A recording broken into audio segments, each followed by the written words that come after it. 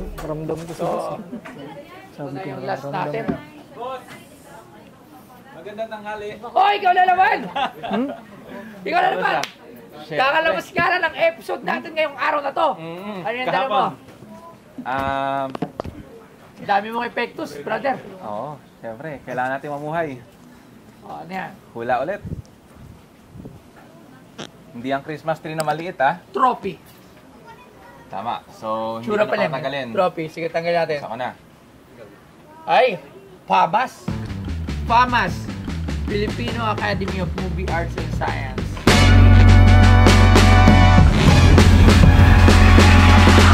Ang Filipino Academy of Movie Arts and Sciences Awards o mas kilala bilang FAMAS Awards ay ang taunang pagbibigay ng parangal ng Filipino Academy of Movie Arts and Sciences, isang organisasyon na binubuo ng mga manunulat at mga kolumnista sa pelikula para sa mga tagumpay sa sining ng Philippine cinema para sa isang taon. Ang mga miyembro ng akademya kasama na ang mga tagahanga o mga entusyasta ng pelikula ay bumoboto para sa sino ang dapat manalo ng mga estatuaryo sa iba't ibang kategorya na kanilang nominado. Itinatag noong 1952. Ito ang pinakamatandang umiiral na pagbibigay ng parangal sa industriya ng pelikulang Filipino at isa sa pinakamatandang sa Asia. Ang FAMAS Award mula 1952 hanggang 1982 ay itinuturing na pinakamataas na parangal na maaaring matanggap ng isang filmmaker o artisan sa lokal na industriya ng pelikula. Si Bentot Jr. ay anak ng dating sikat na komedyante na si Bentot Sr. na kilala noon sa tambalan nila ni Pugo sa Tang Tarang Tang. 4 na taong gulang lang si Bentot Jr. nang una siyang mapanood sa pelikulang Tama Na, erap noong 1974. Na pinagbidahan nina Joseph Estrada at Boots Anson Roa. Ilang pelikula rin ang nagawa niya, kasama ang namayapang action king na si Fernando Poe Jr. sa Panday at si Ding sa Darna and the Planet Woman ni Vilma Santos. Nakamit niya ang FAMAS Best Child Actor Award noong 1980-1981. At ang binebenta ngayon sa Pinoy Pawn Stars ay ang FAMAS Award ni Bentot Jr. Best, ang bigat gago. Bigat yan, boss. Ang bigat to. Bigat. Meron pa bang FAMAS Sobrang ngayon? bigat. Meron pa. Meron pa rin FAMAS. 1981, uy! 81. Pinanganak ako nito. 1981. Wow, kanino naman yan? Bali, ito, boss. Walang pangalan eh. Yes. Bakit FAMAS wala? Award siya. Kasi, surprise yun eh. Yung pinaka... Winner. Sa mismong winner. So, hindi pa nilalagyan ng pangalan. Oo. Saan mo naman nakuha naman yan? Andito yung certificate na. Tingnan ko. So, 1981, ito yung pakita ko ha. Para siya kay Bentot Jr. Si Bento? Bentot Jr. Si Bentot yung sa GMA 7? Ano siya, boss? Siya yung bata ni FPJ. Which is kalaban din ni Nino Mulak. Oo. Ito yan, boss. Yung mismong hawak niya. Yan. Pero may So, issue ah. May issue yan. Ito Best yung una. OA child actor. Tama. Ito yung una. Tanggap ng sambayanan yung pagkapanalo niya ng trophy. Pero nung pangalawa, yan yung may controversy. Kasi Sabi OA lang. OA lang. So, ayun yung nasabi nilang marami daw na mas deserving na child actor na dapat tumanggap nitong trophy. Wow. So, ibig sabihin, ma-issue to. Issue yan. Ay, isa sa mga ma-issue ko nga, nakita ko nga. So, Last kasama attempt, to boss. pag binenta mo. Yes, kasama yan. Basta na si Bentot. Nasa sumalangit na siya. Wala na Oo. siya. So sinasabi dati OA. OA yung pagkapanalo niya dito dahil marami daw mas deserving na dapat nanalo dun sa trophy na yun. Wow. So, andun yun, naging headline siya sa mga balita. At the same time, ito yung ano ba yan? Pero kasama yan dyan. Ito yung pinaka-certificate niya. Ang bigat pala ng award Bigat? ng FAMAS. Bigat yan. May mas maliit yan, boss eh. Okay. So, hindi ko ito. kilala si Bentot. Ikinagagalak kong pinagbibigay alam sa iyo na isa kang mapalad na napiling bilang finalist sa kategorya ng pinakamahusay na batang bituing lalaki ng famas dahil sa iyong masining na tatanging tangkad ng kakot sa paligid ng production. Ang gabi ng parangal sa inyong iniraw sa reception ng page sa Mayo 22, 1981 na kaunan ito at namin ng paporma ng invitasyon. Ang format ng programa ay dinner show at sa part ng kayo lahat ng pinilatawagan. Ito yung nominee. Yan. Si-send sa kanya sa mga nominee. Yes, finalist pa lang siya niyan. Okay, nominees. So, andito rin yung... Una niya. Tama, una. Una niya. Saan isang trophy niya? Yun ang wala pa sa akin. Pero, in-hunt ko. So, Mukhang Star Hunter. syempre, alam ko yung mga gusto mo. Okay. One of one. So, magkano? Ang asking ko dito is 850k. Wow. Saan mo naman nakuha yan? Boss, wala na to. So, yung mauna yung may-ari. At the same time, G. Romano, nagdala sa'yo ng trophy, nag-asya ng, I think, 500k para sa isang trophy na, which is hindi naman famous. Oh, pero Gawador yan yun. And G. Romano yun. Mm-hmm. Dami mas nakakilala kay G. Romano. Pero mas nauna to sa kanya. Yes. And Yun ang famous problem siya. doon. Mm. Mas nauna si Bentot kay G. Romano. Mm. Ang mga followers ni Bentot, kasi tsaka hindi, I'm not sure kung si Bentot, marami siyang followers that time. Okay. I'm not sure kung marami siyang fans, like, unlike kay G. Romano, na talagang hinangaan siya ng mga tao at meron mga followers. Mm. Dito kay Bentot Jr., kasi ako kahit ako hindi ko siya kilala. I was born 1981. I am 43 years old now. So, yung mga nakapanood dyan, probably nasa 50 to 60 years old na. Tama. So, ikaw, kuya, napanood mo to? Kilala mo si Bentot Jr.? Kasi halos kasabayan ni Ninyo Mulak yan. Ninyo Siya Mulak. talaga. Silang magkalaban Si talaga Ninyo sa Mulak, best actor. yan, kilala ko yan. Oo. Napanood ko yung mga pelikula niya with The King FPJ. At very significant yung name niya hanggang tumanda na siya. Alam talaga siya child wonder. Di ba? Tama. Si Bentot Jr., hindi ko kilala. I'm sorry.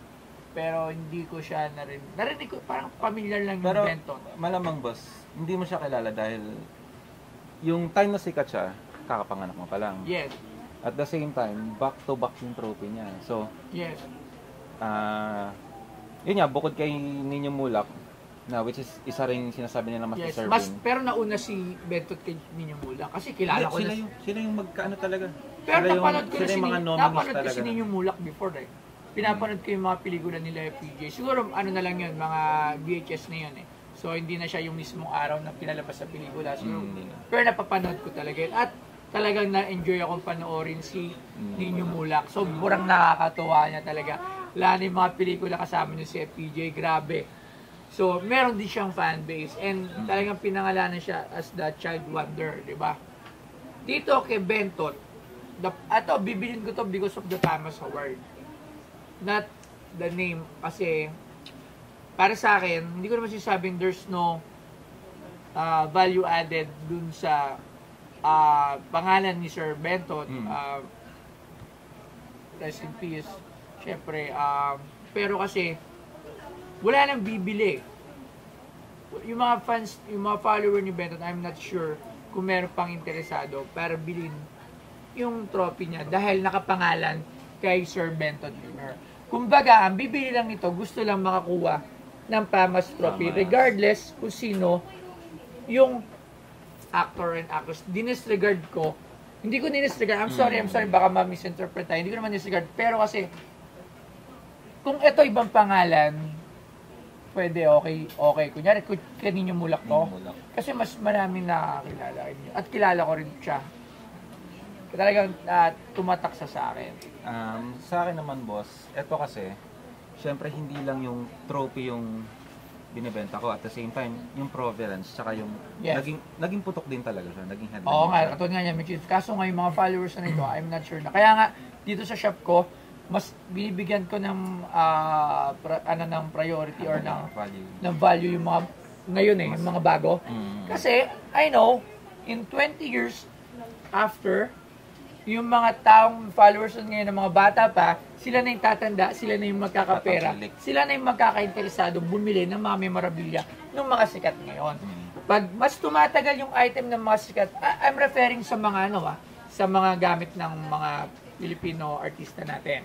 Hindi dun sa mga antique. Yung antique, kahit gaano katagal yan, Oo, iba na yan. ang value niyan ganun pa rin. Kasi wala yung mga pangalan. Pero sa gamit ng mga artista dito sa atin, mas tinitingnan ko ngayon yung value nung, eto lang, mga previews. Kasi, yung mga followers niyan, matagal pa silang mabubuhay. At sila pa yung bibili niyan. Kunyari, yung mga fans ni Nora Honor, ala siya, matatanda na. So, what if, yung mga fans na yun, naubos na sila lahat? Sino pang bibili ng Nora Honor memorabilia? So, di ba? Ang liit na lang ng chances. Maliit lang. Sobrang liit na lang ng chance na may bumili. Kasi, wala na yung mga followers. Unless, anak ako ng isang Noranian fans, naalala ko si nanay ko. Si nanay ko, Diehard fan. idol niya yung diehard fan. So, parang naalala ko yung si nanay. Bibilin ko ngayon. Pero, napakaliit ng chances nun. Unlike doon sa mga bago ngayon, kunyari, award ng isa ngayon na nanalo. After 10 years to 20 years, sobrang, naging sikat din talaga. Tapos may pera na ako. Kunyari, fan ako nung isa. May chance ka ng bilhin. May chance na akong bilhin. Afford ko na. Diba? So, yun yung basihan ko pagdating ng gamit ng mga artista. Kaya yung iba nagtataka, bakit pinibili ko yung mga bago lang. Kasi nga, mas tinitingnan ko yung future eh. Yung future. Kasi kasi pag naubos na yung mga fan ng mga luma, sino pa yung magiging customer ko pagdating sa ulit? So, it's a risk for me na kumukuha nga, bumibili nga ako ng mga bago kasi nga, talagang investment for me. And dito, kung bibili ko tong Famas Trophy dahil gusto ko to, I would say, siguro, isasave ko lang to sa price na nabili ko kay Giro Manyo. 75.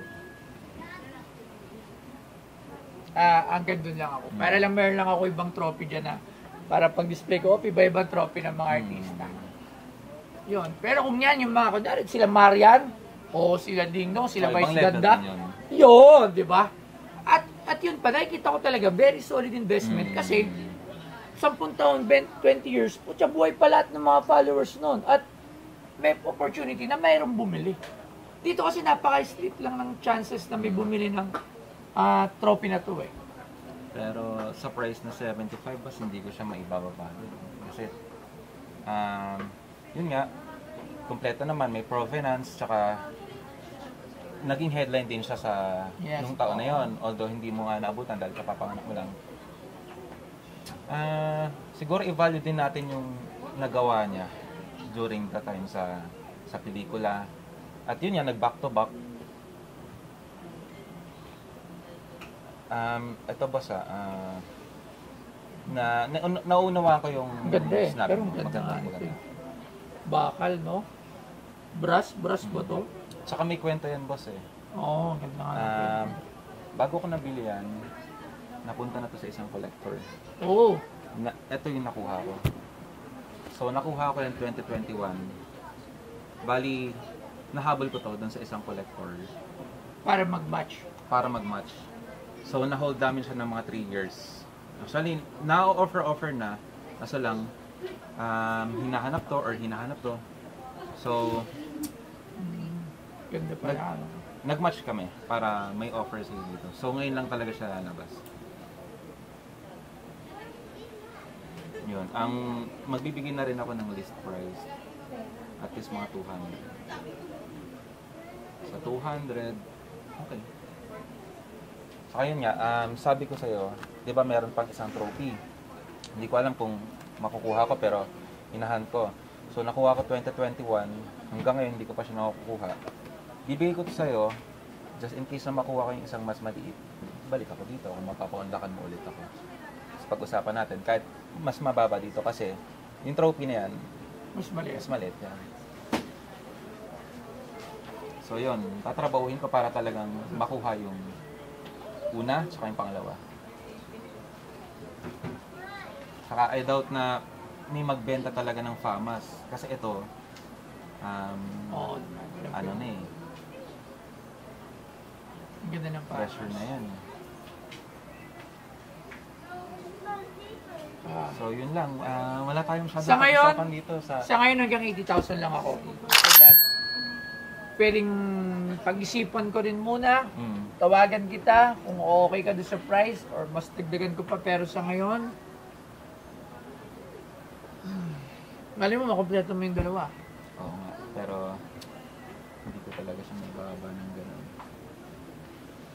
Dahil, yun nga, medyo, eto, nakuha ko ng mas mababa kahit pa paano. Eto, sa collector ko na nakuha eh. So, alam mo na, medyo may price na siya. Price na. O basta, pagka isipan mo, tas meron pa akong pinapaharap sa'yo, yun. Sa kanya rin ba yun? Yun.